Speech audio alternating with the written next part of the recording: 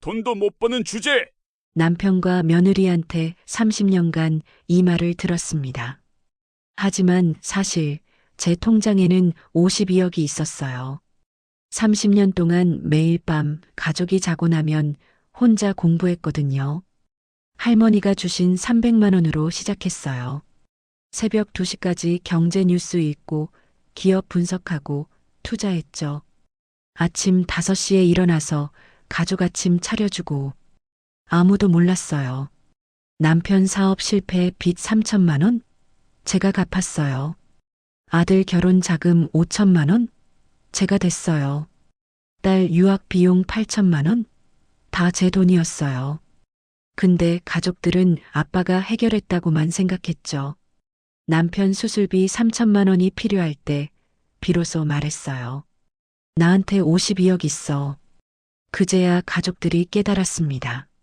30년 동안 숨겼던 평범한 아줌마의 비밀. 당신 주변에도 있을지 몰라요. 돈도 못 버는 주제에 집에서 뭐 하는 거야? 남편의 목소리가 귓가에 맴돌았습니다. 그 말을 들은 게 어제 저녁이었는데 아직도 가슴 한편이 쓰리더군요. 저는 새벽 5시 아무도 깨지 않은 어두운 거실에 홀로 앉아 낡은 노트북 화면을 바라보고 있었습니다. 파란 불빛이 제 얼굴을 비추고 화면 한가운데에는 선명한 숫자 하나가 떠 있었어요. 총 자산 52억 3,247만 원. 숫자를 보면서도 실감이 나지 않았습니다. 30년이라는 시간이 매일 밤 가족 몰래 공부하고 분석한 시간들이 이렇게 숫자로 증명되고 있는데 정작 제 남편과 자식들은 저를 아무것도 모르는 평범한 아줌마로만 생각하고 있으니까요. 정말이지 이게 맞는 걸까요? 이야기는 하루 전 추석 명절 아침으로 거슬러 올라갑니다. 새벽 4시에 일어나 부엌으로 향했습니다. 온 가족이 모이는 명절이라 준비할 게 많았거든요. 냉장고를 열자 어제 미리 손질해둔 재료들이 가득했어요. 갈비찜, 잡채, 전, 나물. 손가락으로 하나씩 세어보니 12가지가 넘었습니다. 가스불을 켜고 냄비에 물을 올렸어요. 김이 모락모락 피어오르는 걸 보며 문득 지난밤 노트북 화면이 떠올랐습니다. 어젯밤에도 가족들이 다 자고 난 후 거실 구석에서 조용히 노트북을 켰었죠. 증권 프로그램에 접속해서 내일 시장 동향을 분석하고 포트폴리오를 조정했습니다. 벌써 30년째 하는 일인데도 여전히 가슴이 두근거렸어요.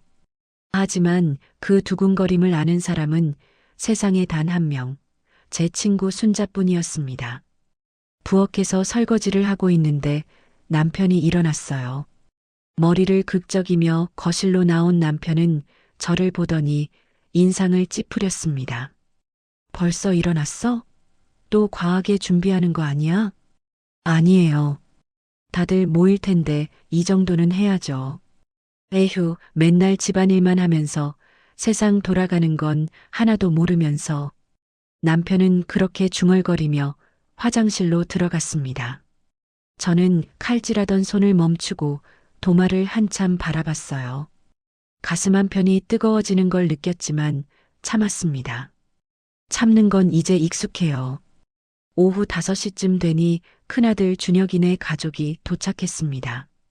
며느리 수진이가 명품 가방을 들고 현관에 들어서더니 제 앞치마 차림을 보고 살짝 눈살을 찌푸리는 게 보였어요.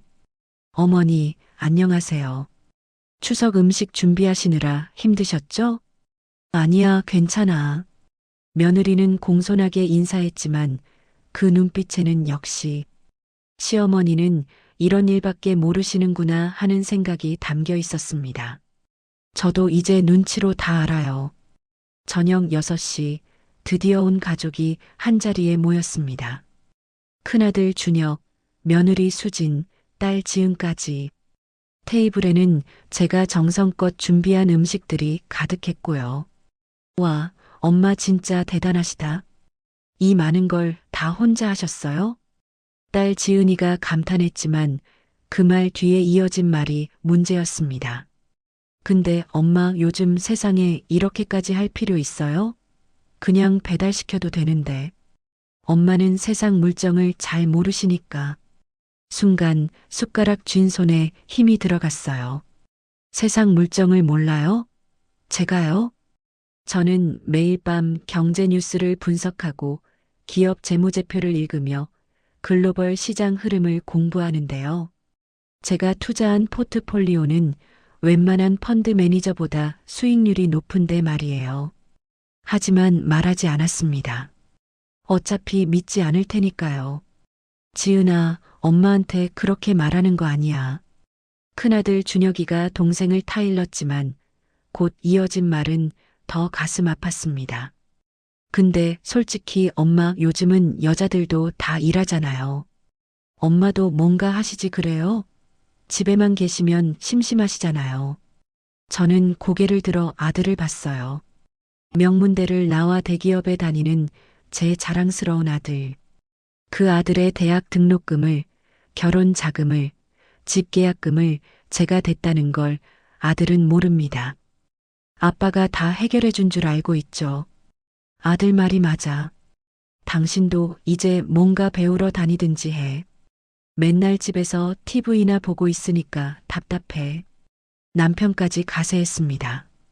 그 순간 며느리 수진이가 조심스럽게 말을 꺼냈어요. 저 사실은 제가 요즘 육아 때문에 너무 힘들어서요. 어머니, 혹시 베이비시터 비용 좀 도와주실 수 있으세요? 아버님이 요즘 퇴직하셔서 형편이 어려우신 건 아는데 그 말에 남편의 얼굴이 붉어졌습니다. 뭐, 우리가 그렇게 형편이 어려워? 여보, 당신 친정에서라도 좀 받아와.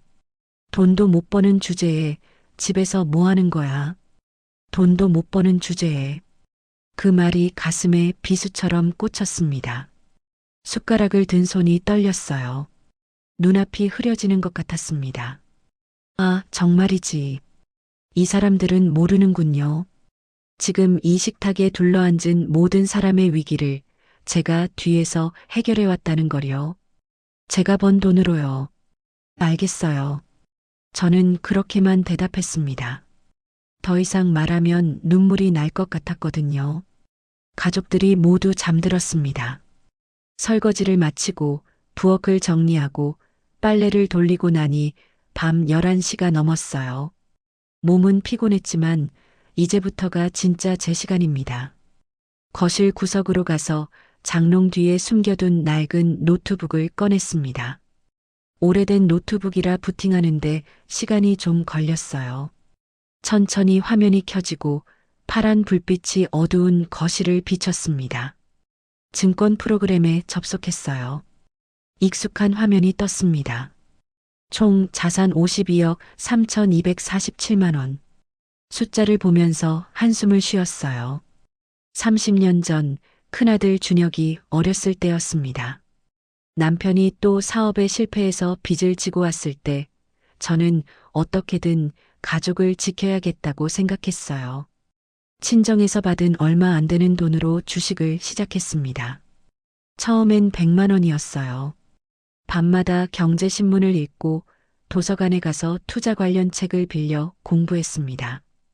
운이 좋았는지 제게 재능이 있었는지 모르겠지만 수익이 났어요. 그 돈으로 남편의 빚을 갚았고 계속 투자를 했습니다. 10년이 지나니 10억이 됐고 20년이 지나니 30억이 넘었습니다. 그리고 지금은 50이요. 하지만 단 한 번도 가족에게 말한 적이 없어요. 왜냐고요? 처음에는 놀라게 해주고 싶어서였습니다. 언젠가 타이밍이 맞을 때 사실 나 이렇게 대단한 사람이야 라고 말하면 가족들이 깜짝 놀라며 저를 다시 볼 거라고 생각했어요. 하지만 시간이 지나면서 깨달았습니다. 말해봤자 믿지 않을 거라는 걸요. 에이, 엄마가 무슨 주식을 해 사기당한 거 아니야? 라고 할 게 뻔했거든요. 그래서 그냥 숨기기로 했어요. 가족이 필요할 때마다 몰래 돈을 대주고 위기를 해결해주면 되니까요. 노트북 화면을 보며 오늘 시장 동향을 분석했습니다. 내일 새벽 미국 증시가 열리면 매수할 종목이 있었거든요. 손가락이 키보드 위를 빠르게 움직였어요. 이럴 때만큼은 제가 박정희가 아니라 투자자 PJH가 되는 기분입니다. 당당하고 능력 있고 존중받는 사람이요.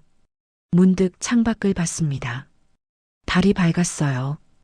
저 달빛 아래 얼마나 많은 사람들이 저처럼 숨겨진 재능을 품고 살아가고 있을까요?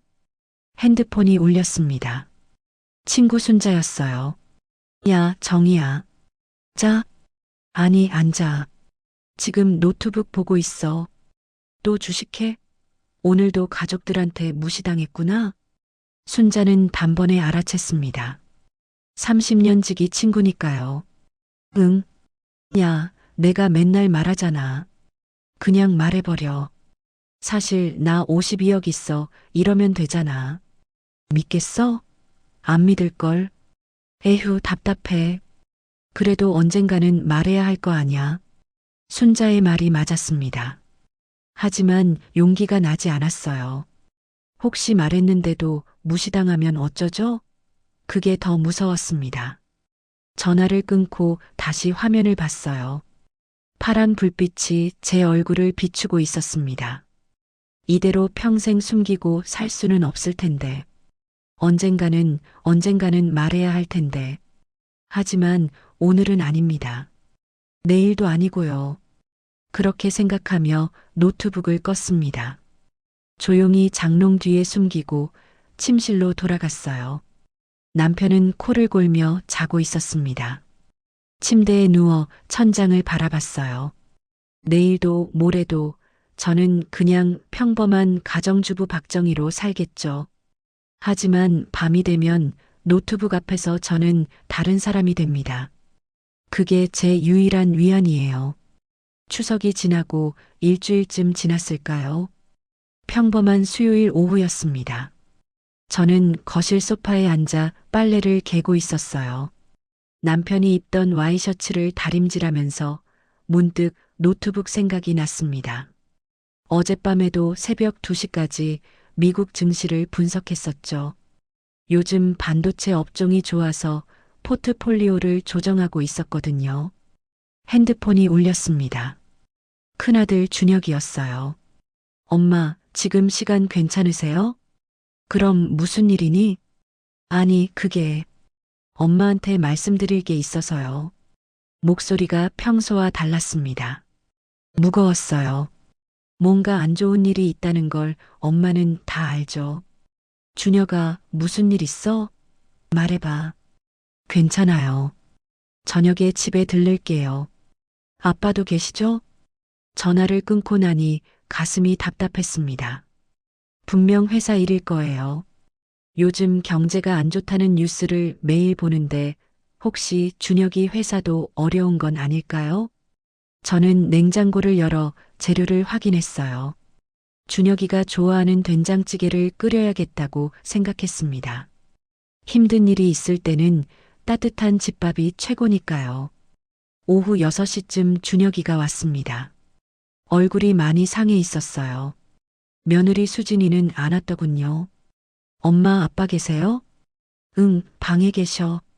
들어가서 모시고 나와. 거실 탁자에는 제가 정성껏 차린 저녁상이 놓였습니다. 된장찌개, 김치, 계란말이, 시금치나물. 준혁이가 좋아하는 것들이었어요. 남편이 방에서 나왔습니다. 준혁을 보더니 인상을 찌푸렸어요. 왜 이 시간에 왔어? 수진이는? 집에 있어요. 아이 봐야 해서. 우리는 식탁에 둘러앉았습니다. 준혁이는 밥을 뜨다 말고 숟가락을 내려놨어요. 아버지, 어머니. 제가 사실은 준혁이의 손이 떨리고 있었습니다. 저는 가슴이 철렁 내려앉았어요. 회사에서 구조조정이 시작됐어요. 저희 팀이 통폐합 대상이래요. 순간 남편의 얼굴이 굳었습니다. 뭐, 구조조정? 그럼 너도 잘릴 수 있다는 거야? 아직 확정은 아니지만. 가능성이 높아요. 이런 일을 어쩌나. 남편이 머리를 감싸쥐었어요. 저도 가슴이 아팠습니다. 준혁이가 그 회사에 들어가려고 얼마나 노력했는데요.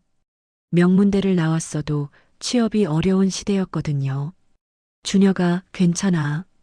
다른 회사 알아보면 되지. 제가 조심스럽게 말했습니다. 하지만 남편이 저를 쏘아봤어요. 당신은 가만히 있어. 요즘 세상이 어떤데? 이 나이에 다시 취업이 어디 쉬운 줄 아세요? 저는 입을 다물었습니다. 사실은 알고 있었어요. 요즘 채용 시장이 얼마나 어려운지. 제가 매일 밤 경제 뉴스를 보고 산업 동향을 분석하니까요. 준혁이 다니는 회사의 실적도 몇 달 전부터 안 좋았다는 것도 알고 있었습니다. 하지만 말하지 않았어요. 어차피 엄마가 그걸 어떻게 알아라고 할 테니까요. 아버지, 그래서 제가 잠시 저축한 돈을 좀 써야 할 것 같아요. 혹시 모를 실직 기간에 대비해서요. 남편이 고개를 끄덕였습니다. 그래야지. 근데 내 저축이 얼마나 있는데? 많지 않아요. 집 대출도 있고 아이 키우는데 돈이 많이 들어서. 에휴, 답답하네. 그럼 당장은 어떻게 할 건데? 남편과 아들이 이야기를 나누기 시작했습니다. 저는 옆에 앉아서 조용히 듣기만 했어요. 제가 끼어들 틈이 없었거든요. 일단 이력서부터 다시 써야겠어요. 헤드헌터한테도 연락하고. 그래. 내 스펙이면 어디든 갈 수 있을 거야. 요즘 어느 업종이 괜찮대? 두 사람은 취업시장 이야기, 산업 전망, 네트워킹 전략까지 깊이 있게 논의했습니다. 저는 그 이야기를 들으며 입술을 꾹 깨물었어요. IT 업종이 좋다고요? 아니에요. 지금은 이미 포화 상태고 오히려 바이오 헬스케어 쪽이 성장하고 있어요. 제가 분석한 자료로는 앞으로 2년간 가장 유망한 분야거든요. 하지만 말하지 않았습니다. 엄마, 물 좀 주세요. 준혁이가 말했어요. 저는 일어나서 부엌으로 갔습니다. 냉장고에서 물을 따르면서 거실에서 들리는 남편과 아들의 대화 소리를 들었어요. 아버지, 솔직히 제일 걱정되는 건 당장 생활비예요. 실업급여 나올 때까지 시간이 걸리잖아요. 그렇지. 집 대출이랑 생활비 하면 한 달에 얼마나 드는데? 최소 500만 원은 있어야 해요. 에휴. 물잔을 들고 거실로 돌아왔습니다. 남편과 아들은 심각한 표정으로 앉아 있었어요. 준혁아, 물. 고마워요, 엄마. 저는 다시 자리에 앉았습니다. 그런데 남편이 저를 쳐다보더니 말했어요. 당신 친정에 연락 좀 해봐. 네. 친정에서 돈 좀 빌려올 수 있는지 알아보라고. 준혁이 급한데 가슴이 철렁했습니다. 친정이요? 제 부모님은 10년 전에 다 돌아가셨어요. 오빠도 형편이 넉넉하지 않고요. 하지만 그게 문제가 아니었습니다. 당신이 돈도 못 버니까 이럴 때 아무 쓸모가 없네. 맨날 집에서 뭐 하는 거야? 돈도 못 버니까. 그 말이 또 나왔어요. 준혁이가 간 지 1시간쯤 지났을까요? 설거지를 하고 있는데 또 전화가 왔습니다. 이번엔 딸 지은이었어요. 엄마, 나 지은이. 그래, 무슨 일이니? 엄마, 나 지금 좀 심각한데. 엄마 시간 괜찮아? 또 무슨 일이죠? 엄마, 사실은 내가 친구랑 카페 사업을 시작하려고 하거든. 근데 초기 자금이 좀 필요해서. 얼마나 필요한데? 3천만 원이면 돼. 친구가 2천 내고 나는 1천만 원만 내면 되는데. 3천만 원. 제 계좌에는 52억이 넘게 있는데 딸에게 3천만 원을 줄 수 없다니요. 아니, 줄 수는 있어요. 지금 당장이라도 줄 수 있습니다. 하지만 그러면 어디서 났냐고 물을 거예요. 그럼 뭐라고 대답하죠? 엄마, 아빠한테 말씀 좀 해줘. 내 이름으로 대출 좀 받게. 지은아, 그게. 엄마는 맨날 집에만 있으니까 돈 벌기가 얼마나 힘든지 몰라. 나 요즘 정말 열심히 일하는데 기회가 왔다고. 엄마가 도와줘야지. 딸의 목소리에는 짜증이 묻어났어요. 엄마는 맨날 집에만 있으니까 몰라. 또 그 말이었습니다. 밤 11시가 넘었습니다. 남편은 일찍 잠들었어요. 준혁이 일 때문에 스트레스를 많이 받았나 봅니다. 저는 거실로 나와 장롱 뒤에서 노트북을 꺼냈습니다. 부팅하는 동안 오늘 하루가 주마등처럼 스쳐 지나갔어요. 준혁이의 걱정스러운 얼굴, 남편의 돈도 못 버니까 라는 말, 지은이의 엄마는 몰라 라는 목소리, 노트북 화면이 켜졌습니다. 파란 불빛이 어두운 거실을 비췄어요. 증권 프로그램에 접속했습니다. 총 자산 52억 4,891만 원. 일주일 사이에 1,600만 원이 더 늘었네요. 제가 투자한 바이오 주식이 올랐거든요. 저는 화면을 보며 쓴웃음을 지었습니다. 준혁이한테 필요한 돈, 지은이한테 필요한 돈, 다 여기 있는데요. 지금 당장 줄 수도 있는데요. 하지만 주지 못해요. 왜냐고요? 말해봤자 믿지 않을 테니까요. 엄마가 무슨 주식을 해, 어디서 사기 당한 거 아니야라고 할 게 뻔하니까요. 그리고 무엇보다 무서웠습니다. 혹시 말했는데도 그래서 뭐, 그게 대단한 거야? 라는 반응이 돌아오면 어쩌죠? 혹시 그 돈 원래 아빠 돈이잖아. 아빠가 번 월급으로 투자한 거라고 하면요? 그게 제일 무서웠어요. 문득 30년 전이 떠올랐습니다. 준혁이가 초등학교 2학년이었을 때였어요. 남편이 또 사업에 실패해서 집에 빚쟁이들이 찾아왔었죠. 박민수 씨 댁 맞죠? 빚 갚으세요. 현관문을 두드리는 소리가 아직도 귓가에 생생합니다. 남편은 집을 나가서 숨었고 저는 어린 아이 둘을 데리고 떨고 있었어요. 그날 밤 저는 결심했습니다. 더 이상 이렇게 살 수 없어. 내가 뭐라도 해야 해. 친정 어머니가 돌아가시면서 남겨주신 돈이 300만 원 있었어요. 그 돈으로 주식을 시작했습니다. 도서관에 가서 경제서적을 빌려 읽었어요. 밤마다 신문을 정독했습니다. 처음엔 무슨 말인지 하나도 이해가 안 됐어요. 하지만 포기하지 않았습니다. 6개월 후 300만 원이 500만 원이 됐어요. 1년 후에는 1,000만 원, 3년 후에는 5천만 원. 그 돈으로 남편의 빚을 갚았습니다. 남편은 친정에서 받았다는 제 말을 믿었어요. 그 후로도 계속 투자했습니다. 준혁이 대학 등록금, 결혼 자금, 집 계약금, 모두 제가 됐어요. 하지만 아무도 몰라요. 남편도 자식들도 모두 아빠가 해결했다고 생각하고 있죠. 화면을 보다가 눈물이 핑 돌았습니다. 정말이지 억울했어요. 30년 동안 가족을 위해 이렇게 노력했는데 아무도 몰라줘요. 그냥 집에서 놀면서 뭐하냐, 돈도 못 버는 주제라는 말만 듣습니다. 눈물이 뚝 떨어져서 키보드 위에 떨어졌어요. 황급히 손으로 닦았습니다. 노트북이 고장나면 안 되니까요. 이게 제 유일한 위안이거든요. 핸드폰이 울렸습니다. 친구 순자였어요. 야, 정이야. 또 울고 있지? 어떻게 알았어? 목소리 들으면 알지. 오늘도 가족들한테 무시당했구나? 저는 대답 대신 한숨만 쉬었어요. 야, 진짜 언제까지 그렇게 살 거야? 그냥 말해버려. 나 52억 있어. 너희 돈 다 내가 됐어. 이러면 되잖아.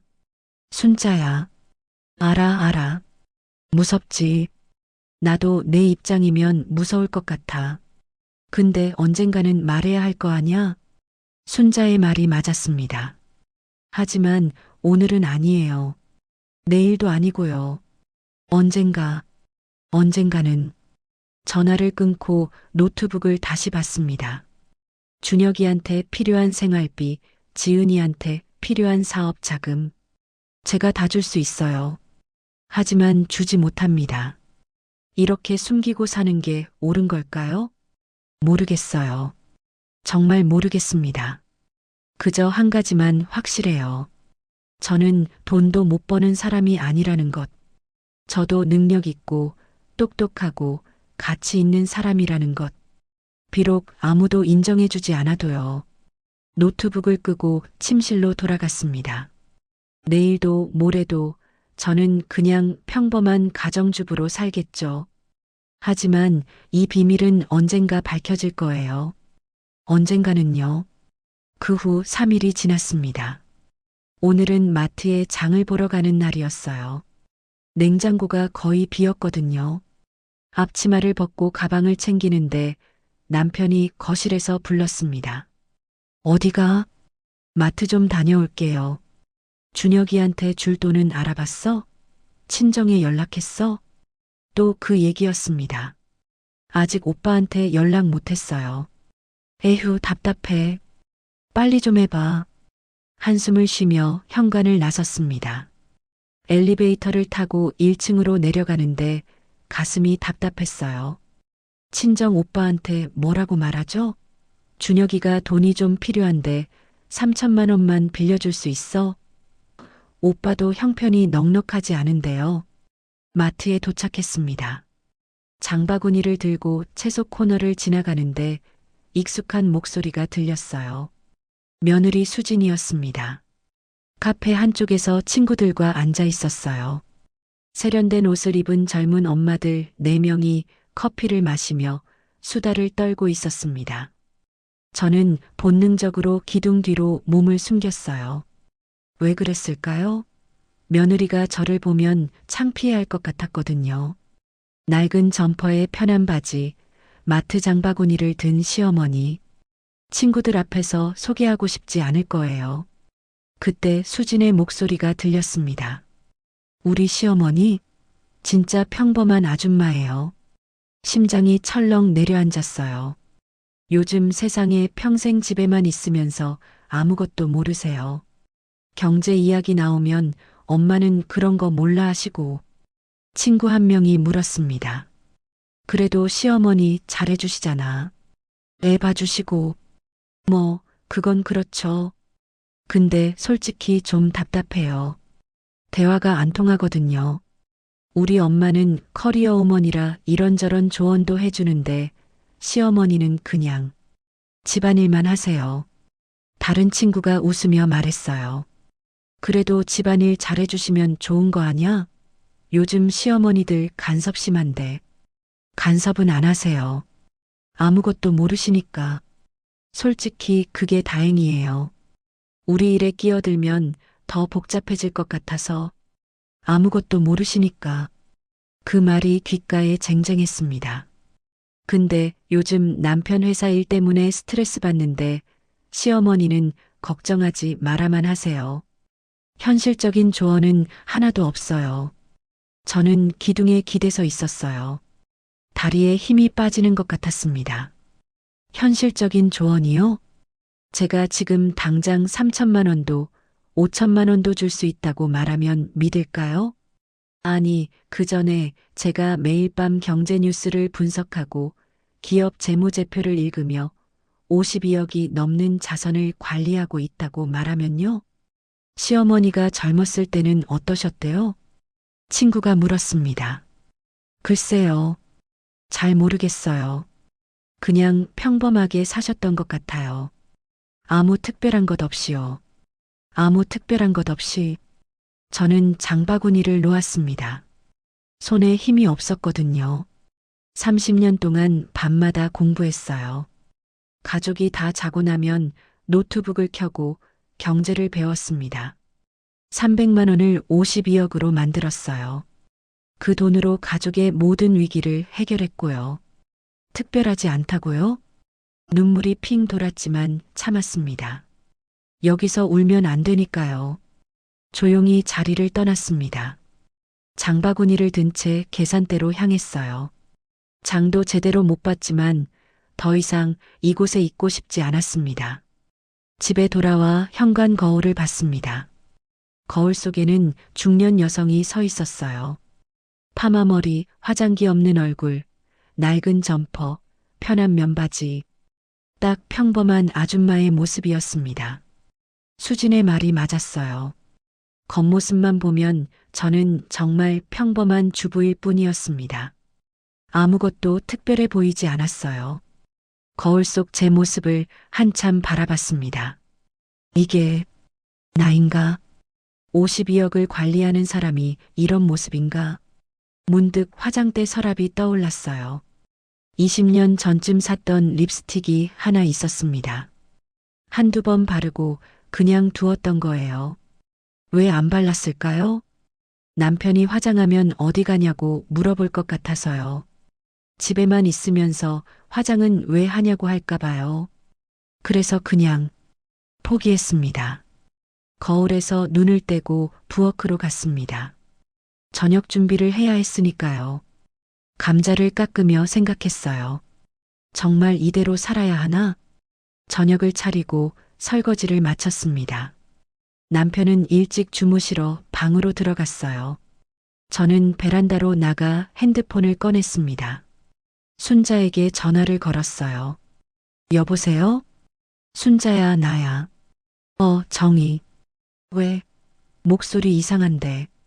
또 무슨 일 있어? 저는 오늘 있었던 일을 다 털어놓았습니다. 며느리가 한 말, 거울을 본 일, 지금 제 마음까지요. 순자는 한참 듣더니 한숨을 쉬었어요. 야, 정희야. 솔직히 말할게. 너 그렇게 살면 안 돼. 뭐가? 30년 동안 숨기고 살았잖아. 이제 그만 말해. 가족들한테 다 말하라고. 순자야. 무서워. 뭐가 무서워? 말했는데도 안 믿으면 어떡해? 아니면 믿는다 해도 그게 뭐 대단한 거냐고 하면 그게 제일 무서워. 순자가 조용히 말했습니다. 정희야, 너 언제까지 그렇게 살 거야? 죽을 때까지 평범한 아줌마로 살래? 그 말에 가슴이 철렁했어요. 죽을 때까지요? 그때까지도 아무도 모른 채 죽는 건가요? 제가 이렇게 능력 있고 똑똑하고 가족을 지켰다는 사실을 아무도 모른 채요? 나도 내 마음 이해해. 30년이나 숨겼는데 이제 와서 말하기 겁나지. 근데 정희야, 너 행복해? 그럼 바꿔야지. 용기 내. 내가 옆에서 도와줄게. 전화를 끊고 베란다 난간에 기댔습니다. 차가운 바람이 얼굴을 스쳤어요. 눈을 감았습니다. 이제 그만 말할까? 내일 당장 가족들을 모아놓고 말할까요? 사실 나 52억 있어. 30년 동안 주식 투자했어. 너희 돈 다 내가 됐어. 상상만 해도 가슴이 두근거렸습니다. 무서웠어요. 하지만 동시에 시원할 것 같기도 했습니다. 다음 날 아침이었습니다. 평소처럼 일어나서 아침 식사를 준비했어요. 밥을 짓고 국을 끓이고 반찬을 냈습니다. 남편이 식탁에 앉았어요. 오늘 병원 가야겠어. 요즘 가슴이 답답해서. 어디 아파요? 모르겠어. 그냥 뭔가 조이는 것 같아. 나이가 나이니까 검사나 받아봐야지. 저는 걱정이 됐습니다. 혹시 심장인가요? 제가 같이 갈까요? 아니야. 혼자 다녀올게. 당신은 집에나 있어. 남편은 아침을 먹고 외출 준비를 했어요. 저는 설거지를 하면서 계속 신경이 쓰였습니다. 오전 11시쯤이었을까요? 핸드폰이 울렸습니다. 모르는 번호였어요. 여보세요. 박민수 씨 보호자시죠? 네, 그런데요. 서울대학교병원 응급실입니다. 환자분이 급성 심근경색으로 실려오셨습니다. 지금 당장 오셔야 합니다. 핸드폰을 든 손이 떨렸습니다. 심근경색? 지금 어떤 상태인가요? 응급 상황입니다. 빨리 오십시오. 전화가 끊겼어요. 저는 멍하니 서 있었습니다. 머리가 하얗게 변하는 것 같았어요. 급하게 가방을 챙겼습니다. 손이 떨려서 제대로 챙겨지지 않았어요. 현관을 나서며 준혁이에게 전화를 걸었습니다. 엄마, 왜요? 준혁아, 아빠가 쓰러졌대. 지금 서울대병원 응급실이야. 뭐, 지금 갈게요. 택시를 잡아 타고 병원으로 향했어요. 차 안에서 손을 꼭 쥐고 있었습니다. 제발 괜찮게 해주세요. 어젯밤 순자와 통화하며 결심했던 게 떠올랐습니다. 내일 말해야지. 가족들한테 다 말해야지. 그런데 이런 일이 생기다니요. 택시 창밖을 보며 눈물이 흘러내렸어요. 이제 뭘 어떻게 해야 하죠? 남편이 위독한데 제 비밀을 밝힐 타이밍인가요? 아니면 지금이야말로 말해야 할 때인가요? 수술비가 필요할 텐데 제가 당장 줄 수 있다고요? 머리가 복잡했습니다. 병원에 도착했어요. 응급실로 뛰어들어갔습니다. 간호사가 저를 보고 물었어요. 보호자시죠? 이쪽으로 오세요. 하얀 복도를 따라 걸었습니다. 발걸음이 무거웠어요. 응급실 문 앞에 섰습니다. 손을 문 손잡이에 갖다 대면서 생각했어요. 이 문을 열면 모든 게 달라지겠지. 심호흡을 하고 문을 열었습니다. 병원 복도는 소독약 냄새로 가득했습니다. 새하얀 벽, 차가운 형광등, 급하게 오가는 의료진들. 저는 응급실 앞 의자에 앉아 있었어요. 손을 꼭 쥐고 있었지만 떨림이 멈추지 않았습니다. 보호자분, 이쪽으로 오세요. 간호사가 불렀어요. 저는 급히 일어나 뒤따라갔습니다. 하얀 커튼으로 가려진 침대가 보였고 그곳에 남편이 누워 있었어요. 얼굴이 창백했습니다. 산소 마스크를 쓰고 심전도 기계가 삐삐 소리를 내고 있었어요.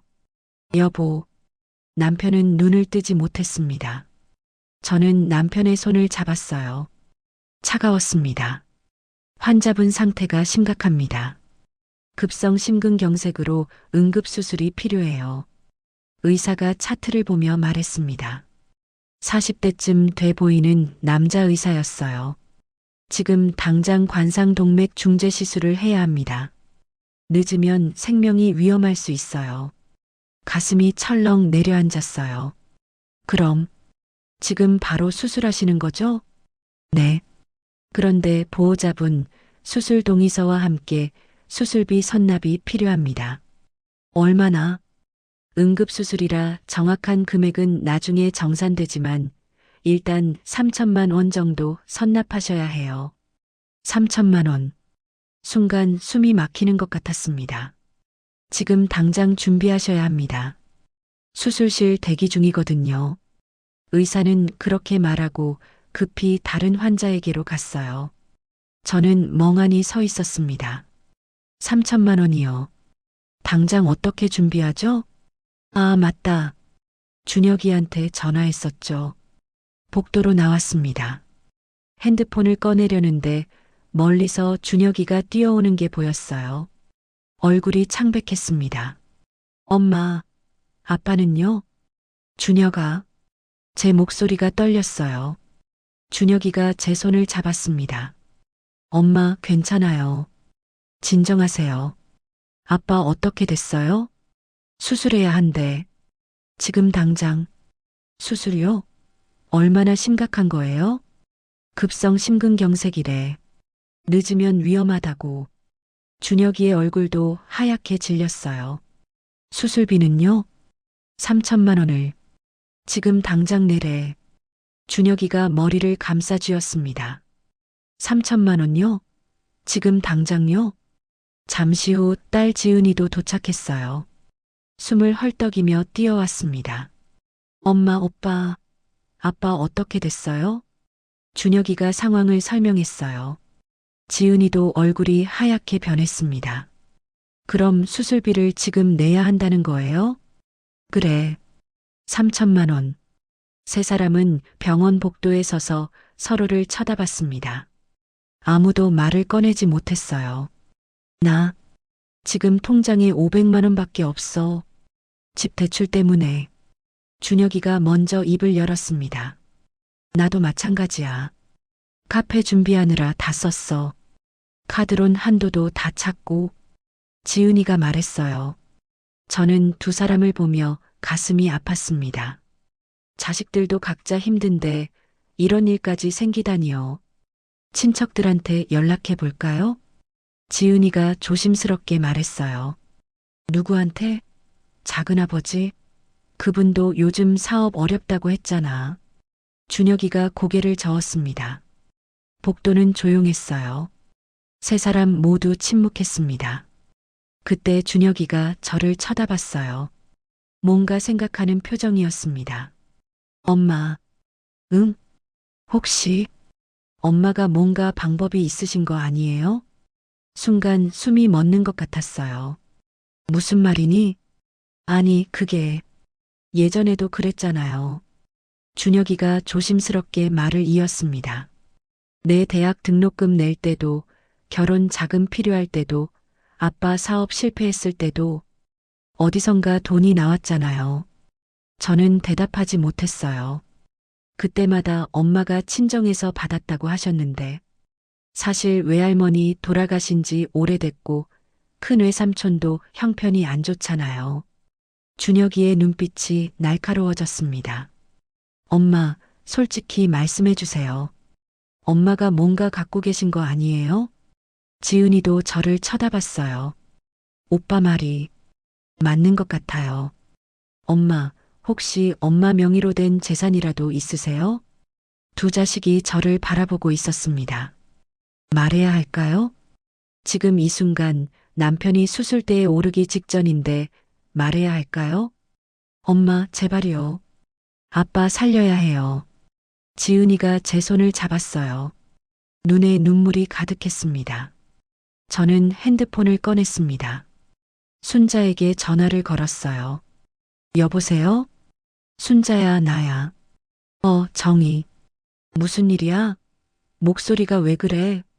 남편이 쓰러졌어. 지금 병원이야. 수술비가 필요한데. 얼마? 3천만 원. 알았어. 지금 바로 갈게. 어느 병원이야? 서울대병원 응급실. 30분 안에 도착할게. 전화를 끊었습니다.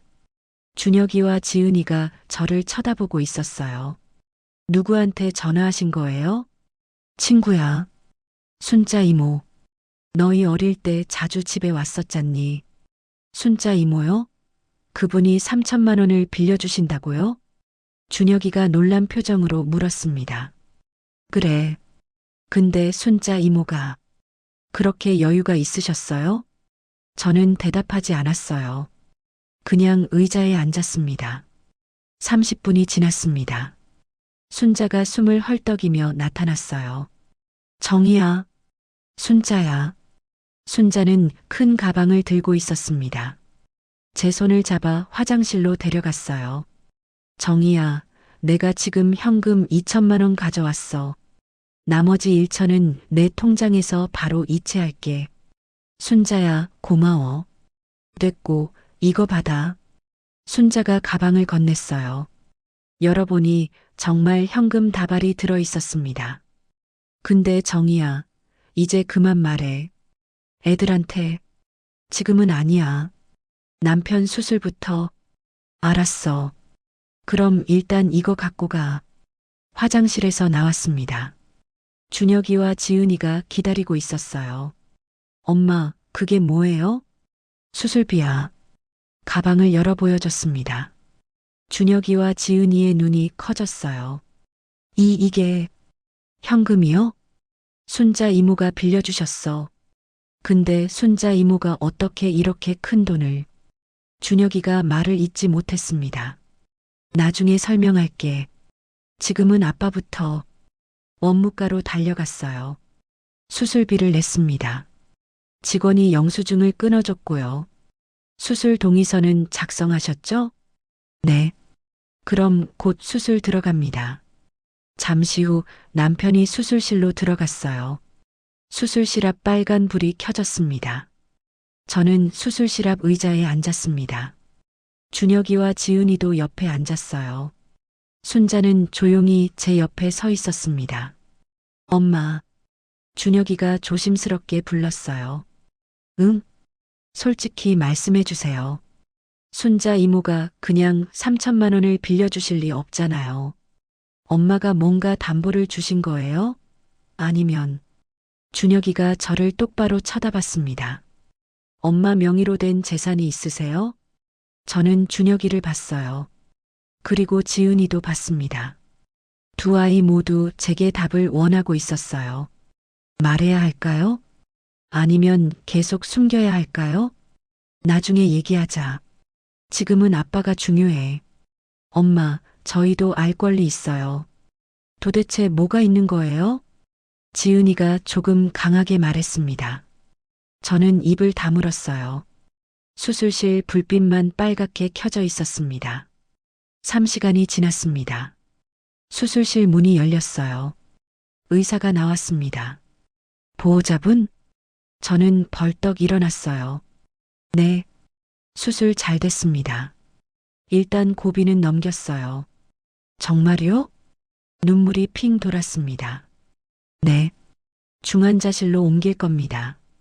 하루 이틀 지켜봐야 하지만 큰 문제는 없을 것 같아요. 감사합니다, 선생님. 준혁이와 지은이도 안도의 한숨을 쉬었어요.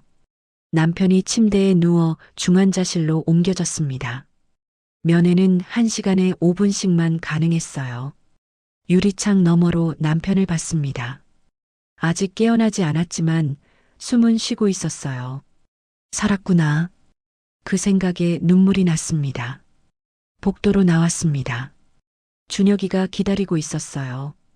엄마, 이제 말씀해 주세요. 뭘? 엄마가 도대체 뭘 갖고 계신 건지. 순자 이모는 뭐고 어떻게 3천만 원을 그렇게 쉽게 구하셨는지. 준혁이의 눈빛이 달라져 있었습니다. 의심이 아니라 확신에 가까웠어요. 엄마가 뭔가 숨기고 계시죠? 저는 준혁이를 봤습니다. 이제 말해야 할 때인가요? 30년 동안 숨겨온 비밀을요? 준혁아. 네, 엄마. 엄마가 사실은 말이 목구멍까지 올라왔다가 다시 내려갔습니다. 무서웠어요. 엄마, 제발요. 저 이제 알고 싶어요. 준혁이가 제 손을 잡았습니다. 저는 깊게 숨을 들이마셨어요. 그리고 천천히 입을 열었습니다. 엄마가 돈이 좀 있단다. 얼마나요? 많아. 얼마나 많은데요? 저는 준혁이의 눈을 똑바로 봤습니다. 그리고 말했어요. 50이요.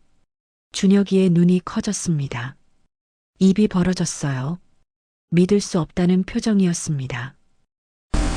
준혁이는 한참 동안 아무 말도 하지 못했습니다. 입을 벌린 채 저를 쳐다보기만 했어요. 50이요. 이라고요? 그래. 엄마가요? 응. 준혁이가 벽에 기댔습니다. 다리에 힘이 빠진 것 같았어요. 어떻게 그렇게 큰 돈이. 주식? 30년 동안 투자했어. 주식이요? 엄마가요? 준혁이의 목소리가 떨렸습니다. 믿을 수 없다는 표정이었어요. 집에 가면 보여줄게. 지금은 아빠 곁에 있어야 해. 준혁이는 고개를 끄덕였지만 여전히 멍한 표정이었습니다. 사흘이 지났습니다. 남편은 중환자실에서 일반 병실로 옮겼어요. 의식도 돌아왔고 말도 할 수 있었습니다. 하지만 아직 회복 중이라 최소 일주일은 더 입원해야 한다고 했어요. 여보, 남편이 제 손을 잡았어요. 목소리가 약했습니다. 괜찮아요. 이제 괜찮아요. 수술비는 어떻게 했어? 걱정 마세요. 다 해결했어요. 얼마였는데? 3천만 원이요. 남편의 얼굴이 굳었습니다. 3천만 원? 그걸 어떻게 해? 친정에서 받았어? 네. 저는 거짓말을 했어요. 아직은 말할 수 없었습니다. 미안해. 내가 이렇게 돼서 괜찮아요. 건강하게 회복하기만 하면 돼요. 그날 저녁 의사가 말했습니다. 보호자분이 24시간 계속 계실 필요는 없어요. 환자분 상태도 안정적이고요. 집에 가서 쉬시다가 낮에 면회 오세요. 그래도 환자분도 푹 쉬셔야 회복이 빠릅니다. 보호자분도 지치시면 안 돼요. 결국 그날 밤은 집으로 돌아가기로 했습니다. 엄마, 제가 집까지 모셔다 드릴게요. 준혁이가 말했어요. 고마워. 차 안은 조용했습니다. 준혁이는 운전만 했고 저는 창밖만 봤어요. 엄마, 응? 아까 그 말, 52억이라는 거, 정말이에요? 정말이야. 믿을 수가 없어요. 어떻게, 집에 가면 다 보여줄게. 집에 도착했습니다. 현관문을 여는데 손이 떨렸어요. 30년 동안 숨겨왔던 비밀을 이제 드러내야 하는 순간이었으니까요. 엄마, 들어가요. 준혁이가 문을 열어줬어요. 거실에 불을 켰습니다. 익숙한 공간이었지만 오늘따라 낯설게 느껴졌어요. 엄마, 앉으세요. 제가 물 가져올게요. 준혁이가 부엌으로 갔습니다. 저는 소파에 앉았어요. 잠시 후 준혁이가 물을 가져왔습니다. 엄마, 정말 궁금해요. 도대체 어떻게 된 거예요? 준혁아, 엄마 방에 가서 화장대 서랍 제일 아래 칸을 열어봐. 거기 노트가 있을 거야. 노트요? 응. 가져와 줄래? 준혁이가 방으로 갔습니다. 서랍 여는 소리가 들렸어요. 그리고 정적이 흘렀습니다. 한참 후 준혁이가 나왔어요. 손에 낡은 노트를 들고 있었습니다. 얼굴이 창백했어요. 엄마, 이게, 목소리가 떨렸습니다. 봤구나. 이게 다, 진짜예요? 준혁이가 소파에 털썩 앉았습니다. 노트를 테이블 위에 놓았어요. 낡은 표지, 30년 동안 제가 빼곡히 기록해온 그 노트였습니다. 1995년 3월 15일. 남편 사업 실패 빚 상환 3천만 원. 준혁이가 떨리는 목소리로 읽었어요. 2007년 2월 25일. 준혁 대학 등록금 500만 원. 2018년 5월 19일. 준혁 결혼 자금 5천만 원. 2018년 9월 8일. 준혁 집 계약금 1억. 준혁이가 고개를 들었습니다. 눈에 눈물이 가득했어요. 엄마, 이게 다 엄마가 주신 거예요? 그래. 아빠가 준 줄 알았어요. 아빠가 다 해결했다고 생각했어요. 알아. 왜? 왜 말씀 안 하셨어요? 저는 창밖을 봤습니다. 말해봤자 안 믿을 것 같아서. 그럴 리가요. 너희 아빠도 너희들도 나를 집에만 있는 평범한 주부로 봤잖니. 돈도 못 버는 주제라는 말 몇 번이나 들었는데 준혁이의 얼굴이 창백해졌어요. 그건 저희가 몰라서. 알아. 너희 잘못이 아니야. 준혁이가 노트를 한 장 한 장 넘겼습니다. 이 기록들 30년치가 다 있네요. 매일 밤 적었어. 가족을 위해 쓴 돈을 기록했지. 왜요? 언젠가는 말해야 할 것 같아서. 증거가 필요할 것 같았어. 준혁이가 고개를 숙였습니다. 엄마는 매일 밤 뭐 하신 거예요? 노트북 켜서 공부했어. 경제 뉴스 보고 기업 분석하고 주식 투자했지. 30년 동안요? 응. 너희 아빠랑 너희들이 다 자고 나면 거실 구석에서 혼자. 준혁이가 눈물을 닦았어요. 엄마, 정말 죄송해요. 그때 현관문이 열렸습니다. 지은이 목소리가 들렸어요. 엄마, 오빠, 계세요? 응, 거실에 있어. 지은이가 들어왔습니다. 눈이 빨갰어요. 울었나 봅니다. 엄마 병원에서 연락받고 아빠는 괜찮으세요? 응. 일반 병실로 옮겼어. 회복 중이야. 다행이다. 지은이가 테이블 위에 노트를 봤습니다. 그게 뭐예요? 준혁이가 노트를 건넸어요. 읽어봐. 지은이가 노트를 펼쳤습니다. 첫 페이지를 보는 순간 얼굴이 굳었어요. 한 장, 두 장 넘기더니 손이 떨리기 시작했습니다. 이게 뭐예요? 엄마가 30년 동안 기록한 거야. 2015년 6월 12일. 지은 유학 비용 8천만 원. 지은이가 읽다 말고 저를 쳐다봤어요. 엄마가 제 유학 비용을? 그래. 아빠가 준 줄 알았어요. 다들 그렇게 알고 있었지. 지은이가 주저앉았습니다.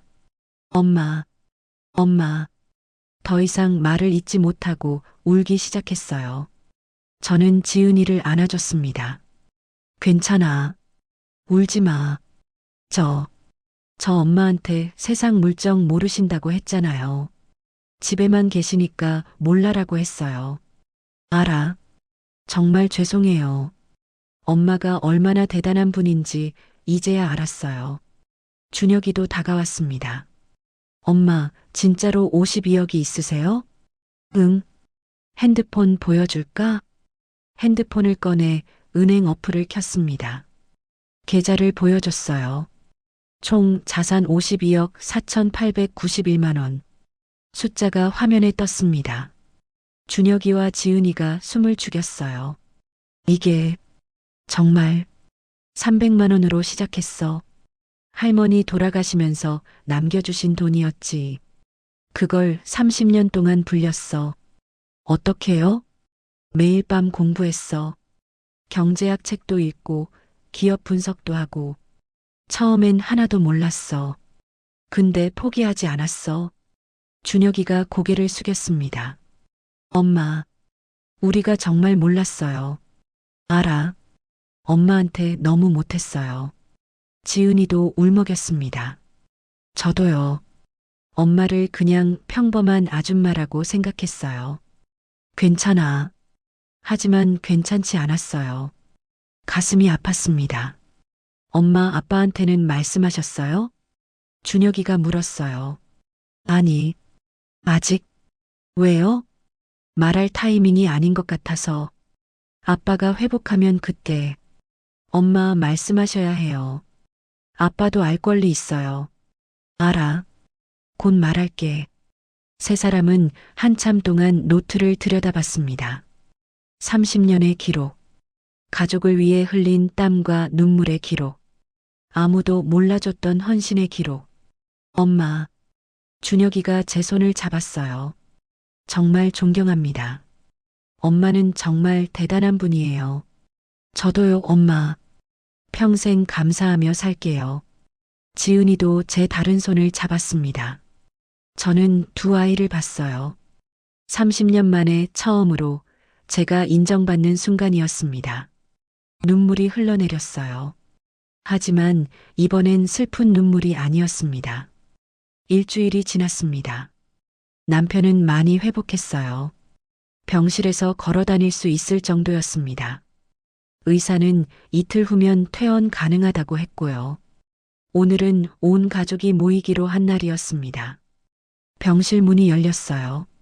준혁이와 며느리 수진이가 들어왔습니다. 아버님, 안녕하세요. 오, 왔구나. 지은이는 곧 올 거예요. 우리는 병실 소파에 둘러앉았습니다. 남편은 침대에 앉아 있었고요. 분위기가 무거웠어요. 모두 뭔가 심각한 얘기를 할 거라는 걸 알고 있었습니다. 그래서 무슨 일인데 다들 모이자고 했어? 남편이 물었어요.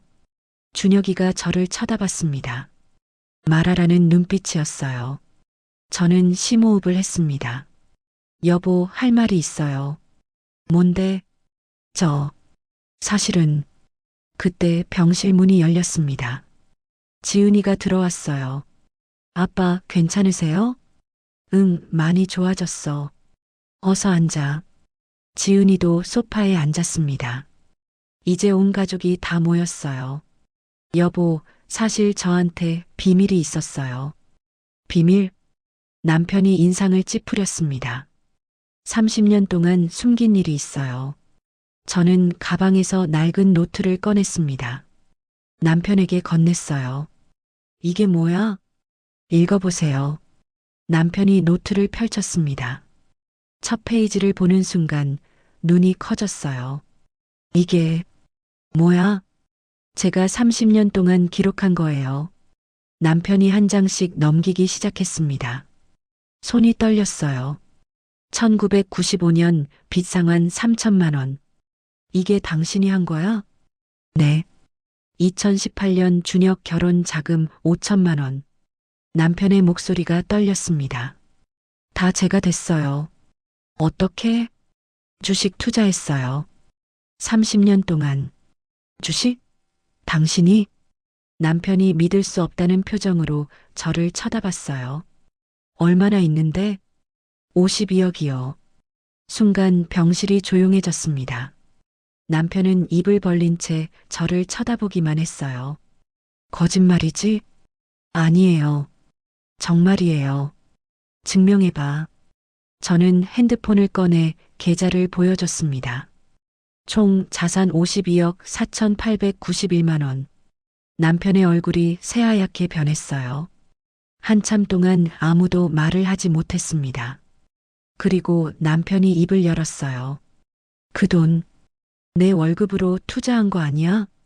가슴이 철렁 내려앉았습니다. 아니에요. 친정에서 받은 300만 원으로 시작했어요. 300만 원을 52억으로 만들었다고? 그럴 리가 없어. 정말이에요. 아니야. 분명히 내 돈도 들어갔을 거야. 생활비에서 조금씩 아낀 거 아니야? 아니에요. 제 목소리가 높아졌습니다. 제 돈으로 시작했고 제가 번 거예요. 생활비는 내가 준 거잖아. 결국 내 돈이지. 순간 머리가 멍해졌어요. 여보, 지금 무슨 말씀을? 솔직히 그렇잖아. 내가 월급 안 줬으면 당신이 어떻게 투자해? 생활비 아끼고 밥값 아끼고 그렇게 모은 거 아니야? 준혁이가 끼어들었습니다. 아빠, 그게 아니라니까요. 엄마가 외할머니한테 받은 돈으로. 조용히 해. 어른들 얘기야. 남편이 소리쳤어요. 어쨌든 결혼해서 번 돈이면 부부 공동 재산 아니야? 왜 혼자 갖고 있어? 제 명의 계좌예요. 그래도 반은 내 거잖아. 저는 남편을 쳐다봤습니다. 30년 동안 함께 산 사람이 맞나요? 여보, 저 혼자 공부하고 투자해서 번 돈이에요. 그래도 집안 돈은 집안 돈이지. 왜 혼자 숨기고 있었어? 그때 며느리 수진이가 말했습니다. 어머님, 저도 이해가 안 가요. 저는 수진이를 쳐다봤어요. 왜 진작 말씀 안 하셨어요? 우리가 힘들 때 얼마든지 도와주실 수 있었잖아요. 준혁이 회사 구조조정 걱정할 때, 저희 베이비시터 비용 때문에 고민할 때, 그때 왜 말씀 안 하셨어요? 너희가 믿을 것 같아서? 그래도 가족인데 말씀하셔야죠. 수진이의 목소리가 높아졌습니다. 솔직히 좀 이기적인 것 같아요. 52억이나 있으면서 가족들이 고생하는 걸 그냥 보고만 계셨잖아요. 가슴이 무너지는 것 같았어요. 수진아, 그게 아니라. 어머님, 저는 어머님이 평범한 분이셔서 존경했어요. 근데 사실은 이렇게 큰 비밀을 숨기고 계셨다니. 믿음이 깨졌어요. 지은이가 끼어들었습니다. 언니, 그렇게 말하는 거 아니에요. 엄마가 얼마나 힘들었는지. 지은 씨는 몰라요. 저는 결혼해서 이 집 며느리로 들어왔어요. 시어머니를 믿고 따랐는데 이렇게 큰 걸 숨기고 계셨다니. 수진이가 울먹였습니다. 남편이 다시 말했어요. 어쨌든 그 돈 반은 내 거야. 명의가 당신이어도 부부 공동 재산이라고. 공동 재산이요? 제 목소리가 떨렸습니다. 30년 동안 매일 밤 공부하고 투자한 게 공동재산이에요? 당신 혼자 번 것도 아니잖아. 내가 생활비 대주고 집안일 맡겨놓으니까 당신이 여유 있게 투자할 수 있었던 거지. 제가 집안일 안 했어요? 그건 주부의 당연한 일이잖아. 그 순간 뭔가가 끊어지는 소리가 들렸어요. 제 안에서요. 당연한 일. 저는 천천히 일어났습니다. 30년 동안 빨래하고 밥하고 청소하고 아이들 키우고 그게 다 당연한 일이었어요? 그건 그러면서 밤마다 경제 공부하고 투자하고 52억을 만든 것도 당연한 일이에요? 남편이 대답하지 못했습니다. 여보, 저 이제 지쳤어요. 뭐? 30년 동안 인정받고 싶었어요. 단 한 번이라도 고맙다, 대단하다는 말 듣고 싶었어요. 근데 돌아오는 건 내 돈, 왜 숨겼냐, 이기적이다는 말뿐이네요. 저는 가방을 챙겼습니다. 엄마, 어디 가세요? 준혁이가 물었어요. 집 나갈 거야. 네. 여기 더 있을 수 없어. 미안하지만 혼자 있고 싶어. 엄마. 지은이가 제 팔을 잡았습니다. 가지 마세요. 우리 얘기해요. 더 이상 할 말 없어. 저는 지은이의 손을 뿌리쳤어요. 여보, 진정해. 앉아서 얘기하자고. 남편이 말했지만 저는 듣지 않았습니다. 병실 문을 열고 나갔어요. 엄마. 뒤에서 준혁이가 불렀지만 돌아보지 않았습니다. 복도를 걸었어요. 눈물이 흘러내렸습니다. 엘리베이터를 탔습니다.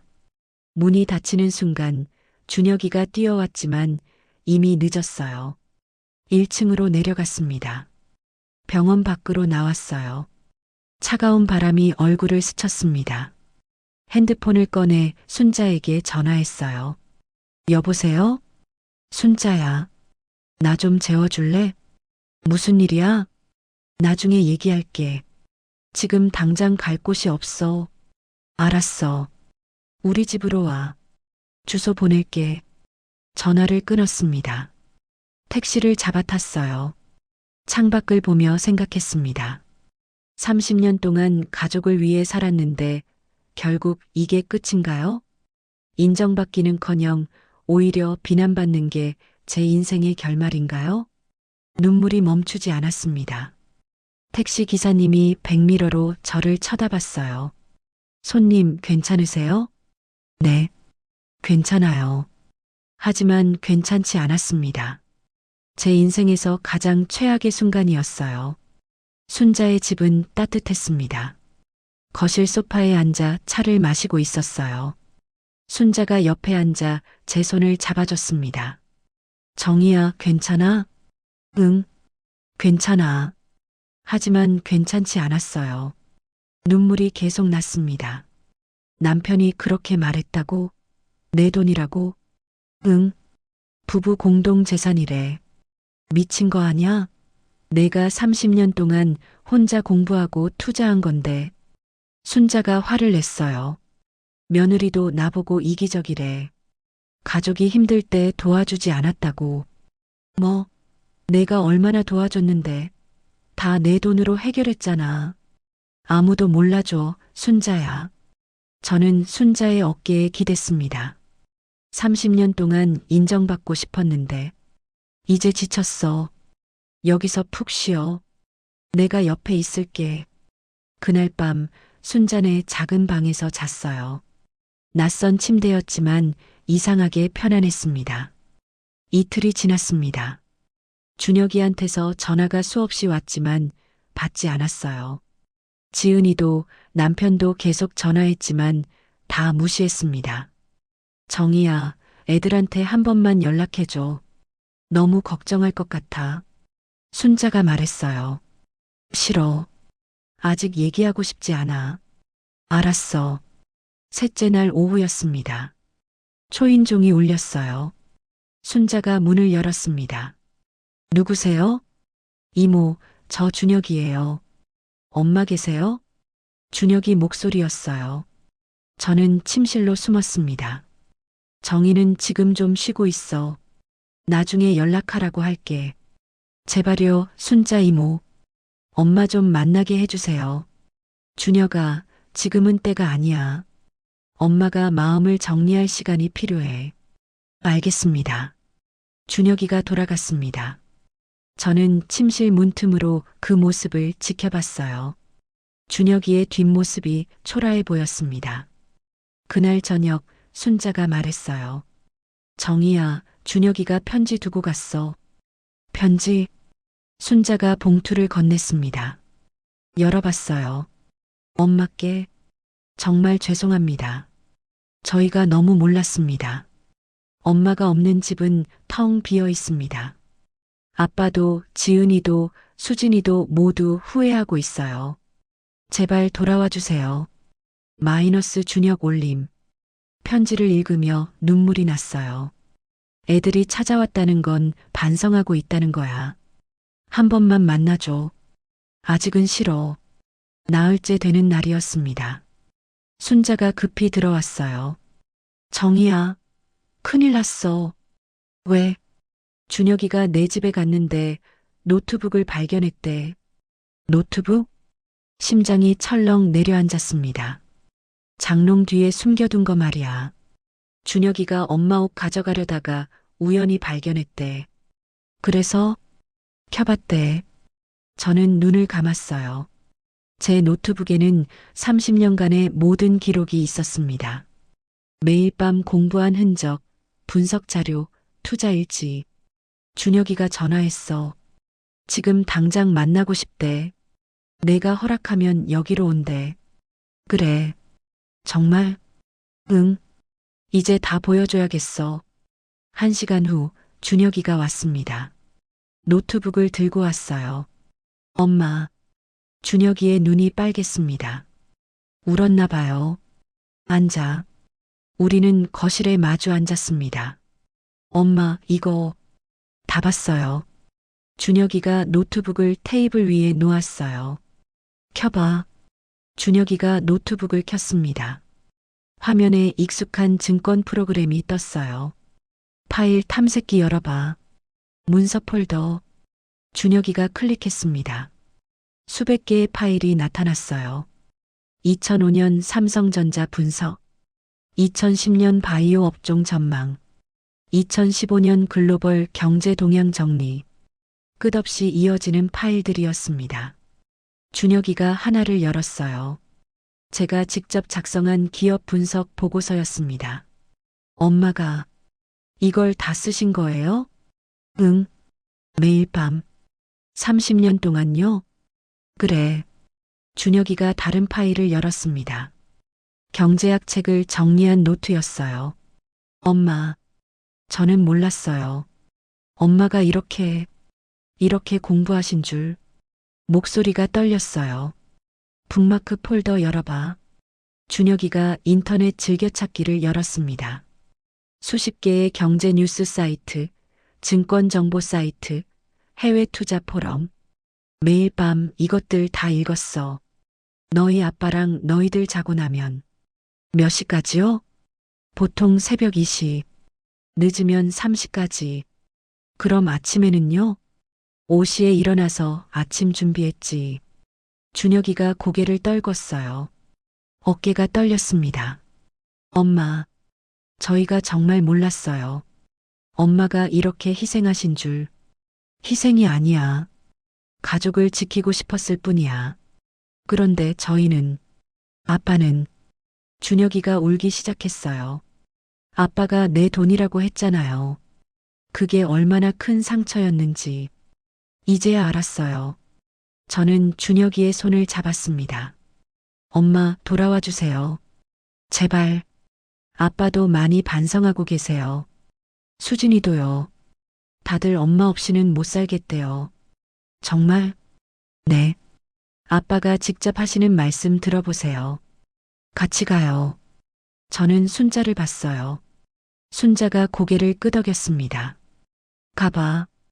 애들이 기다려. 집에 도착했습니다. 현관문을 열자 익숙한 냄새가 났어요. 하지만 집안은 엉망이었습니다. 설거지가 쌓여 있고 빨래가 여기저기 널려 있었어요. 거실로 들어가자 남편이 소파에 앉아 있었습니다. 얼굴이 많이 상해 있었어요. 여보, 남편이 일어났습니다. 당신 없는 나으리. 정말 힘들었어. 밥도 제대로 못 먹고 집안일도 엉망이고. 그제야 알았어. 남편이 제 앞에 섰어요. 당신이 30년 동안 얼마나 많은 일을 해왔는지. 집안일만 해도 대단한 건데 밤마다 공부하고 투자까지 했다니. 내가 잘못했어. 내 돈이라고 한 거. 정말 미안해. 남편이 고개를 숙였습니다. 그건 당신 돈이야. 당신이 피땀 흘려번 돈이지. 내가 무슨 권리로 내 거라고 했는지. 지은이도 다가왔어요. 엄마, 저도 정말 죄송해요. 엄마한테 세상 물정 모르신다고 했잖아요. 엄마가 저보다 경제를 더 잘 아시는데. 며느리 수진이도 왔습니다. 어머님, 용서해 주세요. 제가 이기적이라고 했던 거 정말 죄송해요. 어머님이 얼마나 가족을 사랑하셨는지 이제야 알았어요. 모두가 저를 둘러쌌어요. 엄마, 이제 편히 쉬세요. 저희가 집안일 할게요. 준혁이가 말했습니다. 그리고 엄마 돈은 엄마 거예요. 아무도 손대지 않을 거예요. 지은이가 덧붙였어요. 엄마가 하고 싶으신 거 하세요. 이제 엄마 인생 사세요. 남편이 제 손을 잡았습니다. 여보, 30년 동안 고생했어. 이제부터는 내가 당신 챙길게. 저는 가족들을 봤어요. 30년 만에 처음으로 진심으로 인정받는 순간이었습니다. 눈물이 흘러내렸어요. 하지만 이번엔 슬픈 눈물이 아니었습니다. 행복한 눈물이었어요. 고마워, 모두. 저는 가족을 안았습니다. 오랜만에 느끼는 따뜻함이었어요. 6개월이 지났습니다. 아침 햇살이 거실로 들어왔어요. 저는 소파에 앉아 노트북을 켰습니다. 여보, 커피 가져왔어. 남편이 커피를 건넸어요. 제가 좋아하는 아메리카노였습니다. 고마워요. 오늘도 투자 공부해? 응. 새로운 기업 분석 중이야. 대단해, 정말. 남편이 제 옆에 앉았습니다. 여보, 내가 요즘 생각하는 게 있어. 뭔데? 당신 강의 한번 해봐. 강의? 응. 주부들 대상으로 재테크 강의. 당신만큼 잘 가르칠 사람 없을 것 같아. 저는 웃었어요. 나한테 배우고 싶어 하는 사람이 있을까? 많을 거야. 30년 경력에 52억 만든 사람인데. 그 말이 이상하게 기분 좋았습니다. 초인종이 울렸어요. 준혁이와 며느리 수진이가 왔습니다. 어머니, 안녕하세요. 수진이가 밝게 인사했어요. 예전과는 완전히 달라진 태도였습니다. 어서 와. 점심 먹으러 왔어? 네. 오늘 제가 요리 배우러 왔어요. 어머니 레시피 좀 가르쳐 주세요. 그래. 뭐 만들고 싶은데? 김치찌개요. 어머니처럼 맛있게는 못 만들겠지만. 수진이가 웃었어요.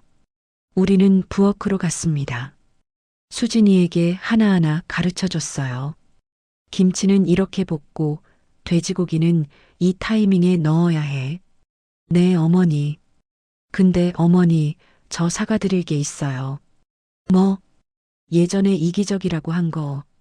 정말 죄송해요. 제가 정말 모르고 한 말이에요. 알아. 다 지난 일이야. 어머니, 요즘 주변 엄마들한테 어머니 얘기 많이 해요. 내 얘기? 네. 어머니가 얼마나 대단한 분인지 다들 놀라더라고요. 수진이가 환하게 웃었어요. 그리고 어머니, 저도 투자 공부 시작했어요. 어머니 보고 배웠어요. 정말? 네. 조금씩이지만 하고 있어요. 나중에 저도 어머니처럼 되고 싶어요. 가슴이 따뜻해졌습니다. 점심을 먹고 있는데 지은이가 왔어요. 엄마, 큰 소식 있어요. 무슨 소식? 제가 드디어 카페 오픈했어요. 다음 주 토요일이 오픈일인데 엄마 꼭 와주세요. 그래, 축하해. 그리고 엄마 카페 이름 정했어요. 지은이가 핸드폰을 보여줬어요. 카페 간판 사진이었습니다. 정의의 아침. 제 이름이었어요. 엄마 이름으로 지었어요. 엄마가 매일 아침 일찍 일어나서 가족 챙기신 것처럼 저도 카페에서 사람들에게 따뜻한 아침을 선물하고 싶어서요. 눈물이 핑 돌았습니다. 고마워, 지은아. 엄마 덕분에 제가 카페 할 수 있었어요.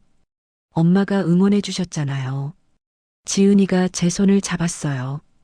저녁이 되었습니다. 온 가족이 모여 식사를 했어요. 남편, 준혁이, 수진이, 지은이. 엄마 건배할게요. 준혁이가 잔을 들었습니다. 엄마의 새로운 시작을 위해. 새로운 시작? 네. 엄마는 이제 엄마만의 인생을 사세요. 저희는 엄마를 응원할게요. 모두가 잔을 부딪혔어요. 식사를 마치고 저는 혼자 베란다에 나왔습니다. 밤하늘이 맑았어요. 별이 반짝였습니다. 30년이 지나서야 얻은 인정이었습니다. 늦었지만 그래도 왔어요. 핸드폰이 울렸어요. 순자였습니다. 정희야, 내일 시간 돼? 응, 왜? 내가 아는 사람이 있는데 부동산 투자 강의해줄 사람 찾는데 내 얘기했더니 꼭 만나고 싶대. 나를? 그래. 30년 투자 경력에 52억 수익률이면 누구나 배우고 싶어 하지. 글쎄, 정희야, 이제 내 능력 숨기지 마. 세상에 보여줘. 내가 얼마나 대단한 사람인지. 순자의 말에 웃음이 났어요. 알았어. 만나볼게.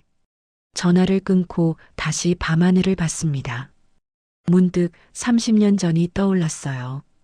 갓 결혼한 24살의 저는 친정엄마가 주신 300만 원을 받아들었죠. 이 돈으로 뭘 할 수 있을까? 그때는 몰랐어요. 이 작은 돈이 제 인생을 바꿀 거라는 걸. 매일 밤 가족이 다 자고 나면 저는 거실 구석에 앉았습니다. 노트북을 켜고 경제 뉴스를 읽고 기업을 분석했어요. 처음엔 아무것도 몰랐습니다. 주식이 뭔지, 투자가 뭔지. 하지만 포기하지 않았어요. 하루하루 공부했습니다. 1년이 지나자 조금씩 보이기 시작했어요. 기업의 가치가, 시장의 흐름이. 5년이 지나자 수익이 나기 시작했습니다. 10년이 지나자 1억이 되었어요. 20년이 지나자 10억이 되었고, 30년이 지난 지금 52억이 되었습니다. 그 긴 시간 동안 저는 혼자였어요. 아무도 몰라줬고, 아무도 인정해주지 않았죠. 돈도 못 버는 주제에. 집에만 있으면서 뭘 아냐? 평범한 아줌마. 그런 말들을 들으며 살았습니다. 하지만 견뎠어요. 가족을 지키기 위해서, 그리고 언젠가는 인정받을 거라는 희망 때문에. 이제 그 순간이 왔어요. 늦었지만 왔습니다. 엄마, 뭐해요? 지은이가 베란다로 나왔어요. 별 보고 있어? 아, 예쁘다. 엄마, 저 어렸을 때 엄마랑 같이 별 본 거 기억나요? 응, 기억나. 그때 엄마가 그랬잖아요. 지은아, 별은 아무리 멀리 있어도 빛을 내. 너도 그렇게 살아라고. 그랬었지. 엄마가 먼저 그렇게 사셨네요. 아무도 몰라줘도 묵묵히 빛을 내셨잖아요. 지은이가 제 팔짱을 꼈어요. 엄마 사랑해요. 나도 사랑해. 우리는 한참 동안 밤하늘을 봤습니다. 다음 날 아침이었습니다. 저는 옷장을 열었어요. 평소에 입던 낡은 옷들이 가득했습니다. 새 옷을 꺼냈어요. 지난주에 산 블라우스였죠. 거울 앞에 섰습니다. 예전과는 다른 제가 보였어요. 더 이상 평범한 아줌마가 아니었습니다. 52억을 만든 투자자, 30년을 공부한 전문가, 가족을 지킨 여성, 그게 바로 접니다. 여보, 어디가? 남편이 물었어요. 응. 순자가 소개해준 사람 만나러 가. 투자 강의 관련해서. 그래. 잘 다녀와. 당신 잘할 거야. 고마워요. 집을 나섰습니다. 거리는 활기찼어요. 사람들이 바쁘게 오가고 있었습니다. 저도 그들 중 하나였어요. 더 이상 집에만 있는 사람이 아니라 세상으로 나가는 사람. 카페에 도착했습니다. 순자가 소개한 분이 기다리고 있었어요. 안녕하세요. 박정희입니다.